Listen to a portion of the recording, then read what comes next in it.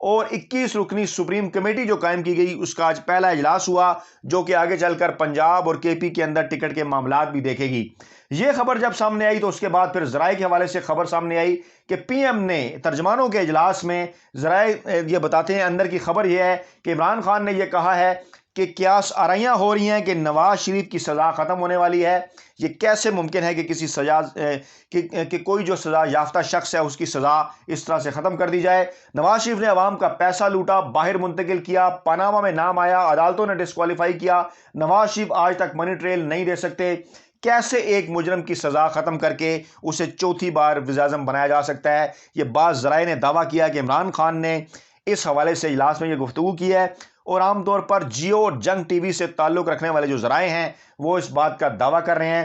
دوسری جانب عمران خان نے یہ بھی کہا کہ بلدیاتی الیکشن سے متعلق ابھی الیکشن کمیشن کے حتمی نتائج کا انتظار ہے، معاملے کا جائزہ اس وقت لیں گے۔ ابھی ایک مخصوص پرسپشن قائم کیا جا رہا ہے میڈیا کے مخصوص حصے کی جانب سے، تحریک انصاف کا ووٹر اور عوام آج بھی ہمارے ساتھ کھڑے ہیں۔ ان کے سامنے ایک ڈیٹا پیش کیا گیا اور اس ڈیٹا کے مطابق کے پی میں تحریک انصاف نے سب سے زیادہ ووٹ حاصل کیے، اور انہیں بریفنگ دی گئی کہ ولیج کونسل اور نیبرہڈ کونسل کے نتائج میں بہتری کی امید ہے، اور تحریک انصاف ہی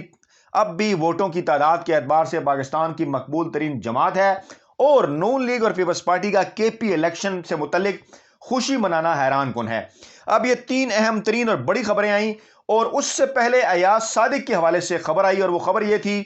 کہ پھر کہتا ہوں کہ کچھ ہونے والا ہے۔ اپنے پسندیدہ T V channel Nawaz Sharif کے ماؤتھ پیس گروپ جنگ گروپ کے اوپر اس کے ٹی وی چینل جیو کو ایک انٹرویو دیتے ہوئے انہوں نے کہا کہ جناب مجھے کوئی اشارہ ملا، ہمیں نہ ہی میں کسی ہمیں اشارے کی ضرورت ہے، کچھ نہ کچھ ہونے والا ضرور ہے، وقت پر بتاؤں گا۔ اور انہوں نے کہا کہ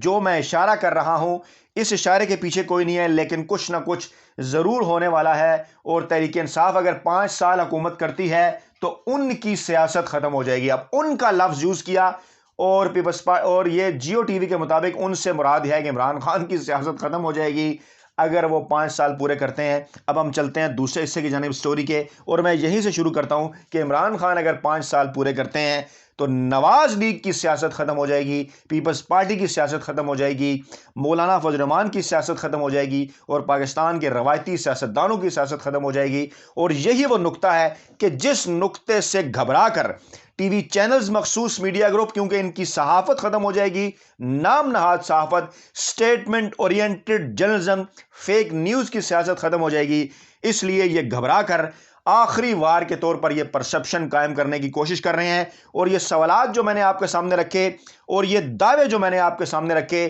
کہ نون لیگ کی ڈیل ہو گئی، نواز شریف کی سزا معاف ہونے والی، جنرل باجوہ نے اہم کردار ادا کیا، عمران خان کی حکومت ختم ہونے جا رہی، نواز شریف آئندہ وزیر اعظم ہیں، یہ تمام تر پرسپشن فیک نیوز اور جھوٹے پروپیگنڈے کے اوپر مشتمل ہے۔ کسی قسم کے زمینی حقائق سے ان کا کوئی تعلق نہیں، اور مخصوص تاثر دے کر عمران خان اور موجودہ اسٹیبلشمنٹ اور army chief general Qamar Javed Bajwa کے درمیان اختلافات پیدا کرنے کی کوشش ہے،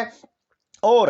ایک طریقے سے نون لیگ یہ تاثر دینا چاہ رہی ہے کہ شاید جنرل باجوہ بھی ایکسٹینشن چاہتے ہیں، اور ہم اس ایکسٹینشن میں ان کی مدد کریں گے، اور عمران خان نومبر سے پہلے آرمی چیف کا اعلان کرنے جا رہے ہیں، جس کی وجہ سے جنرل باجوہ اور عمران خان کے درمیان اختلافات ہیں۔ اس قسم کا تاثر میڈیا کے مخصوص حصے کی جانب سے بھی پھیلایا جا رہا ہے، نواز شریف کے مخصوص صحافیوں کی جانب سے بھی پھیلایا جا رہا ہے، مخصوص ٹی وی چینل اور مخصوص سیاستدانوں کی جانب سے پھیلایا جا رہا ہے۔ سوال میں آپ سے یہ کرتا ہوں کہ خدا نخواستہ اگر عمران خان کی حکومت ختم کر دی جاتی ہے یا ان ہاؤس تبدیلی لانے کی کوشش کی جاتی ہے، جس کے کوئی چانسز نہیں، تو مجھے بتائیے کہ گراؤنڈ کے اوپر اگر پاکستان تحریک انصاف کے اندر عمران خان کو سپورٹ کرنے والوں کی تعداد 172 نہیں رہتی، تو کس طرح ہو سکتا ہے کہ عمران خان کی سیاسی جماعت جو عمران خان کے نام پر ووٹ لے کر اقتدار میں آئی، اس پارٹی کے اندر کوئی ایک ایسا شخص ہوگا جس کو 172 لوگ سپورٹ کریں گے، اور وہ ان ہاؤس تبدیلی کے ذریعے عمران خان کو سائیڈ لائن کر کے وزیر اعظم پاکستان بن جائے گا؟ یا اگر دوسرے اینگل سے دیکھا جائے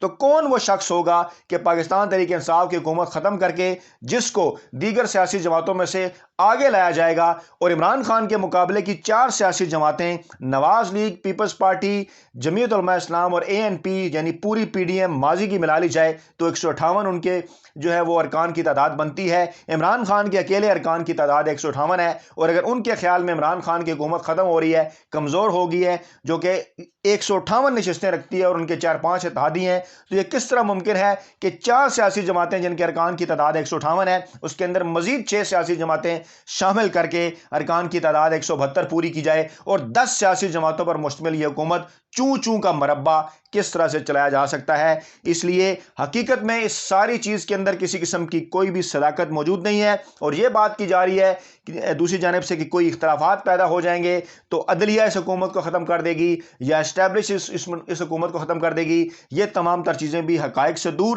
حقیقت سے دور، غیر آئینی، غیر قانونی ہیں، اور پاکستان کے ادارے اس نتیجے پر پہنچ چکے ہیں کہ پاکستان کی آئینی منتخب جمہوری حکومت ضرور اپنے 5 سال جو ہے وہ پورے کرے گی۔ معاملہ کیا ہے؟ کنکلوڈ کرتے ہیں ویڈیو کو۔ اس سے پہلے بھی ہم آپ کو بتاتے رہے کہ معاملہ یہ ہے کہ فروری 2022 میں اہم ترین تبدیلی عدالت کے اندر نئے chief justice of Pakistan justice Umar Ata Bandial chief justice of Pakistan کا عہدہ سنبھالیں گے۔ ستمبر میں 6 جرنیلوں کی تبدیلیاں، اس کے بعد جو ہے وہ 6 جرنیلوں کی ریٹائرمنٹ، 6 نئے جرنیلوں کو آنا، اور پھر جنرل باجوہ کی نومبر میں مدت ختم ہونا، 3 سال کی جو دوسری مدت ہے، اور عمران خان کا اس دوران نیا آرمی چیف لگانا۔ یہ وہ تمام تر معاملات ہیں جن کے بعد اپوزیشن کو اس بات کا اچھی طرح سے اندازہ ہے کہ عمران خان اگر دسمبر میں اس سٹیج پر پہنچ گئے کہ جب انہوں نے نیا آرمی چیف لگا لیا، جب انہوں نے DGISI نیا لگا لیا، جب justice Umar Ata Bandial chief justice of Pakistan ہوئے اور عمران خان وزیر اعظم پاکستان کے عہدے پر فائز ہوئے، تو پھر آخری 6 سے 8 ماہ عمران خان کے اقتدار کے، جو کہ دسمبر 2022 سے اگست 2023 تک بنتے ہیں، اس میں آئینی اور قانونی طور پر بلا شبہ اپوزیشن کے ساتھ کیا ہونے والا ہے، کیونکہ وہ تمام کیسز جو کسی نہ کسی وجہ سے رکے ہوئے ہیں وہ اپنی سپیڈ میں چلیں گی اور پوری اپوزیشن کو سزائیں ہوں گی، اور اس کے بعد جب 2023 میں الیکشن میں جایا جائے گا تو اپوزیشن کس قدر مشکلات کا شکار ہوگی، اور عمران خان کتنی آسانی سے اور اپنی اس کارکردگی کی بنا پر بھی، جو کہ وہ آخری سال کے اندر عوام کو ریلیف دینے کے حوالے سے ان کی پلاننگ ہے، اگلے 5 سال کے لیے پاکستان کے وزیر اعظم منتخب ہوں گے اور ہمیشہ کے لیے نون لیگ کی، پیپلز پارٹی کی اور روایتی سیاستدانوں کی سیاست ختم ہو جائے گی۔ تو یہ ہے وہ معاملہ، یہ ہے وہ جال کہ جو کہ اپوزیشن بننے کی کوشش کر رہی ہے، اور یہ چاہتی ہے کہ کسی نہ کسی طریقے سے آئندہ 6 ماہ کے اندر، آئندہ 3 ماہ کے اندر ملک میں حالات اس قسم سے خراب کر دیے جائیں کہ موجودہ حکومت کسی نہ کسی طریقے سے گھر بھجوائی جائے، اور اسی طرف انہوں نے اشارہ کیا۔ عمران خان کی سیاست ختم نہیں ہوگی اگر عمران خان نے 5 سال پورے کیے، یہ بات لکھ لیجئے۔ عمران خان نے اگر 5 سال پورے کر لیے، جو کہ بلا شبہ عمران خان پورے کرنے جا رہے ہیں، تو سیاست ان روایتی سیاست دانوں کی ختم ہوگی۔ اپنا بہت خیال رکھیے گا، دعاؤں میں یاد رکھیے گا۔ نئی ویڈیو کے ساتھ جلد آپ کی خدمت میں حاضر ہوں گے۔ اللہ نے کے بان۔